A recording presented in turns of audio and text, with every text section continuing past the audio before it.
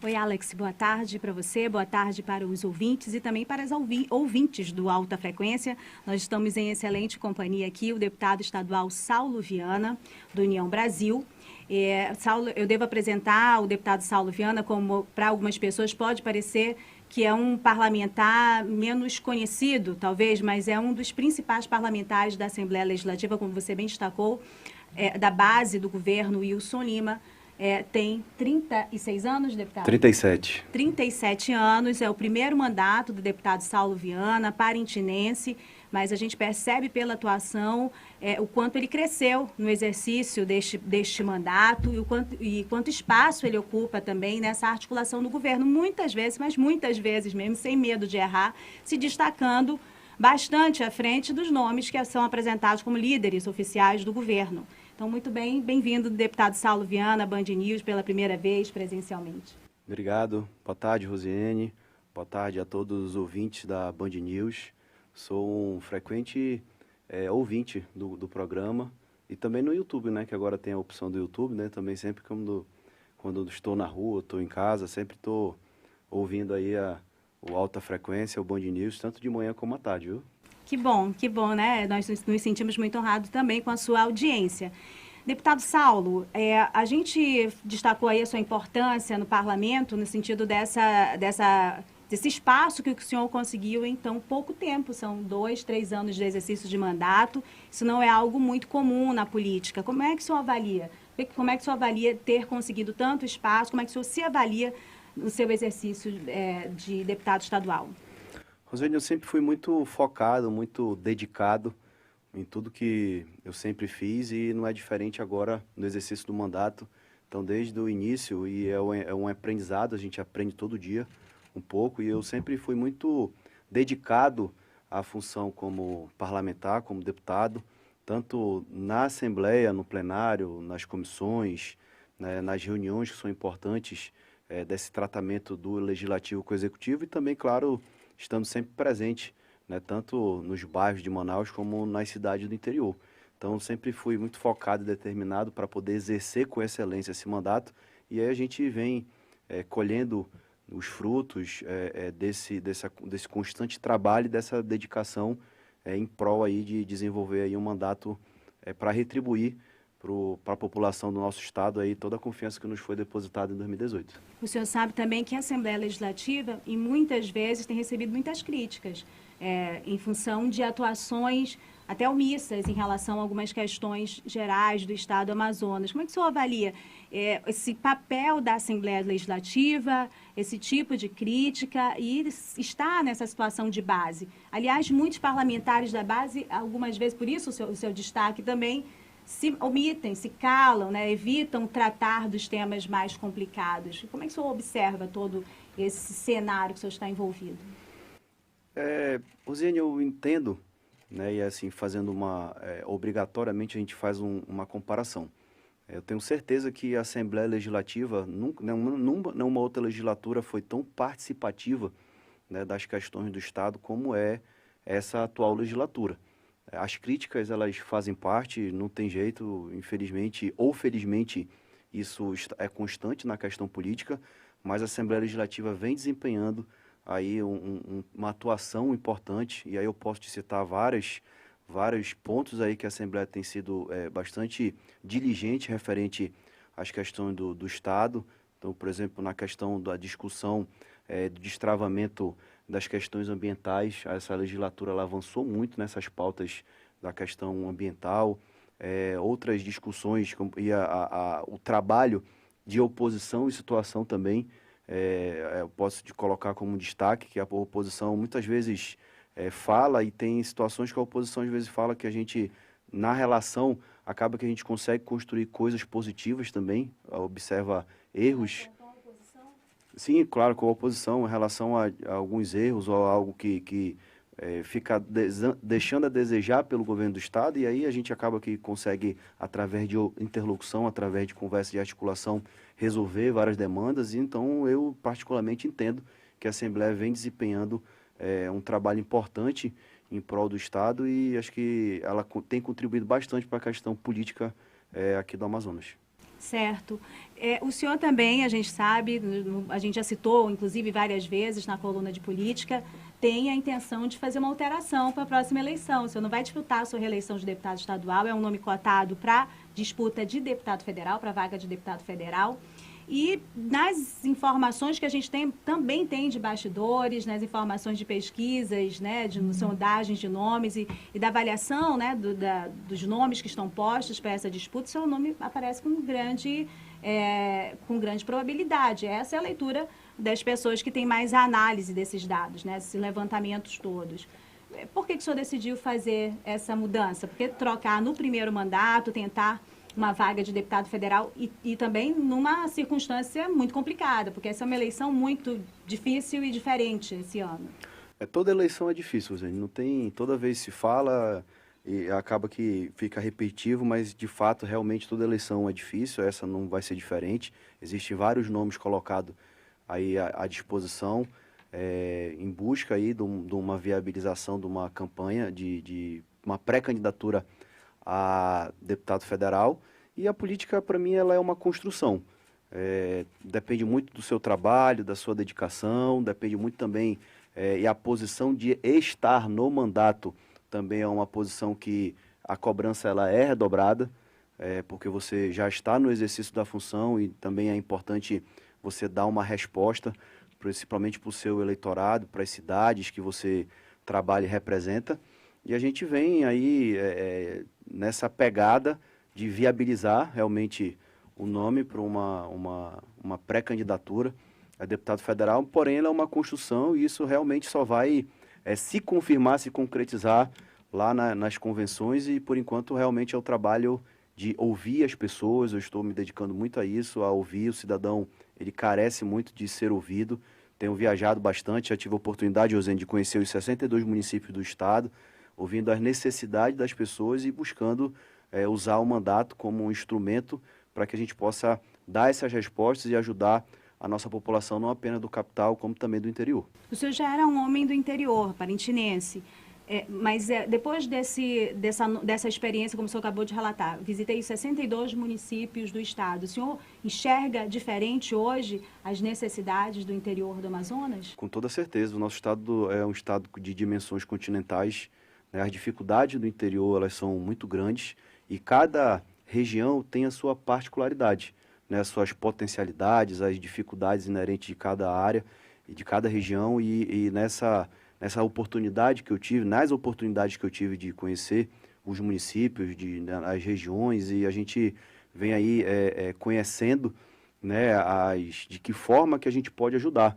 Eu tenho usado esse conhecimento para poder, através do nosso mandato, ajudar, e por isso também muito me motivou a querer dar um passo maior, porque eu acredito muito que vale a pena fazer mais pelo estado do Amazonas, é necessário, tem várias pautas que são importantes para defender do estado do Amazonas que estão em outra esfera, que é a esfera federal.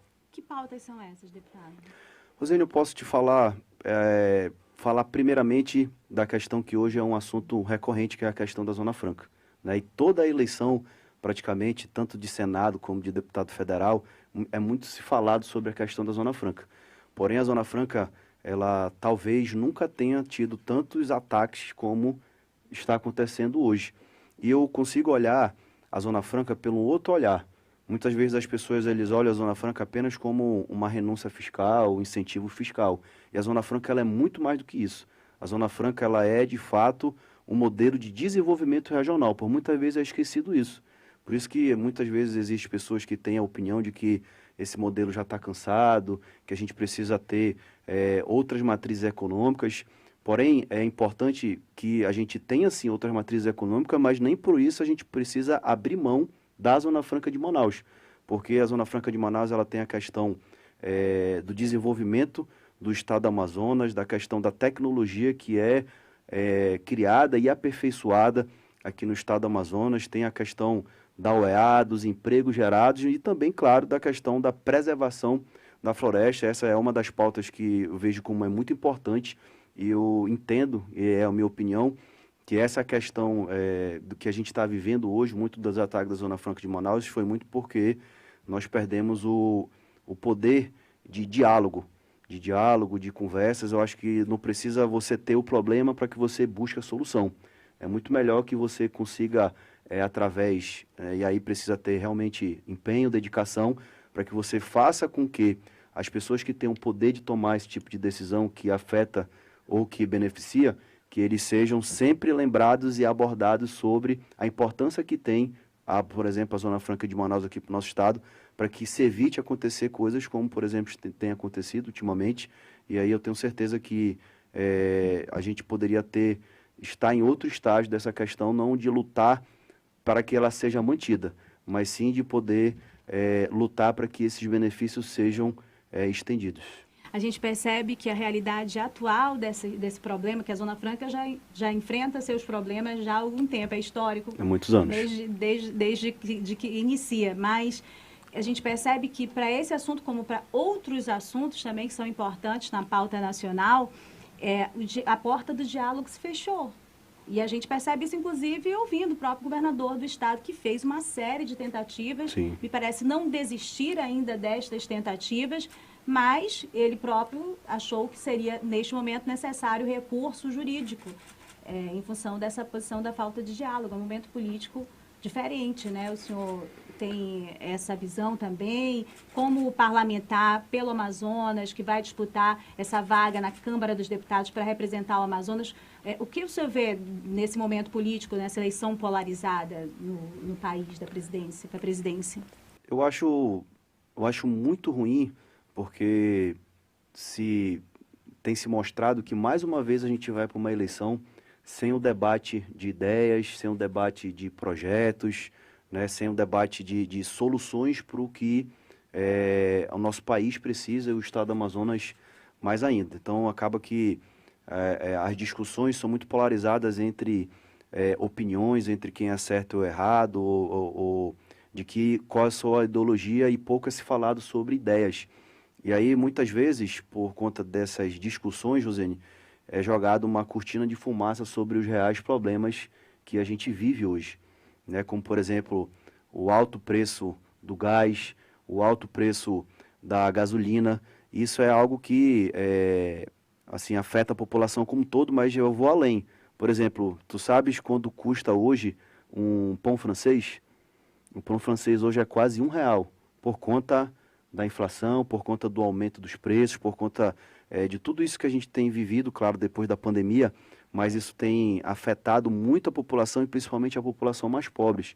E hoje a gente não se tem nenhum debate, não existe nenhuma discussão importante referente a quais são os caminhos que precisam ser colocados para que a gente possa ter solução para esses problemas, né? E infelizmente hoje o debate se concentra em questões que eu chamo de miudezas, ao invés de falar do que são realmente os problemas da nação e de que forma que a gente vai usar os mecanismos que serão usados para que a gente possa solucionar isso.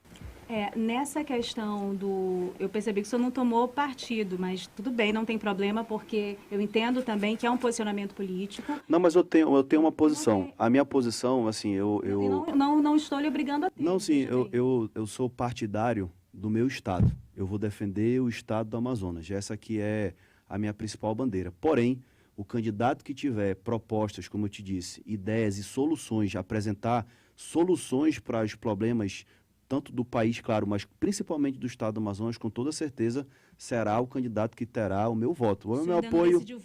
O meu apoio ainda pode-se dizer que ainda é pequeno, mas com certeza o meu voto será com quem tiver ideias e propostas para solucionar os problemas do estado do Amazonas. Entendi aqui que o senhor não decidiu o voto, e essa é uma das respostas mais interessantes que eu recebi dos políticos nos últimos dias sobre essa questão polarizada, né, da disputa à presidência da República e as circunstâncias que está o estado do Amazonas agora. Eu queria ouvir a sua opinião rapidamente também, a gente está chegando no finalzinho da entrevista, mas eu queria ouvir a sua opinião rapidamente sobre como o senhor percebe o interior do estado, porque em Manaus a gente consegue perceber com muita clareza, né, há sim movimentos contrários, aumento, uma rejeição, dúvidas também em relação ao presidente Bolsonaro, mas há uma quantidade muito grande de pessoas que aprovam o presidente Bolsonaro. No interior do estado, que não aprovou em 2018, né, foi um voto direcionado para o PT. Como é que o senhor observa o interior do estado em relação à presidência essa disputa para a presidência da República? O Amazonas ele é cheio de particularidades, né? E por conta de a gente ter um estado muito grande, como eu disse no início, cada região se comporta de uma forma. Se você for no sul do estado do Amazonas, por exemplo, Manicoré, Matupi, Santo Antônio do Matupi, que é uma comunidade, é um distrito de Manicoré, em Humaitá, em Apuí, lá a grande maioria das pessoas são defensores assíduos do presidente Bolsonaro. Agora, se você for para a região, por exemplo, do Baixo e do Médio Amazonas, região ali de Parintins, Inhamundá, Barreirinha, Maués, já são cidades, regiões que têm assim, uma tendência muito grande ao PT e ao ex-presidente Lula. Né? O que eu posso te dizer é que é muito dividido. É claro que o interior, o ex-presidente Lula abre uma vantagem, em Manaus você vê já uma divisão muito grande, mas o que é muito claro aqui no estado do Amazonas é que aqui não existe terceira via, né? Ou você é Lula ou você é Bolsonaro. Exatamente. Olha, infelizmente a gente chega ao fim da entrevista, ainda com muitos assuntos, mas eu espero que seja um sinal que a gente possa ouvi-lo novamente aqui na Band News Difusora. Com toda certeza. Eu te agradeço pela oportunidade de a gente poder trocar ideia, falar um pouco do que a gente pensa. E esses momentos são importantes porque acaba que a gente faz também aqui uma prestação de conta, né, tanto do mandato como de ideias e opiniões, que eu acho que é importante a gente focar nessas discussões de ideias para que a gente possa resolver e encaminhar muitas questões que são importantes para o estado do Amazonas.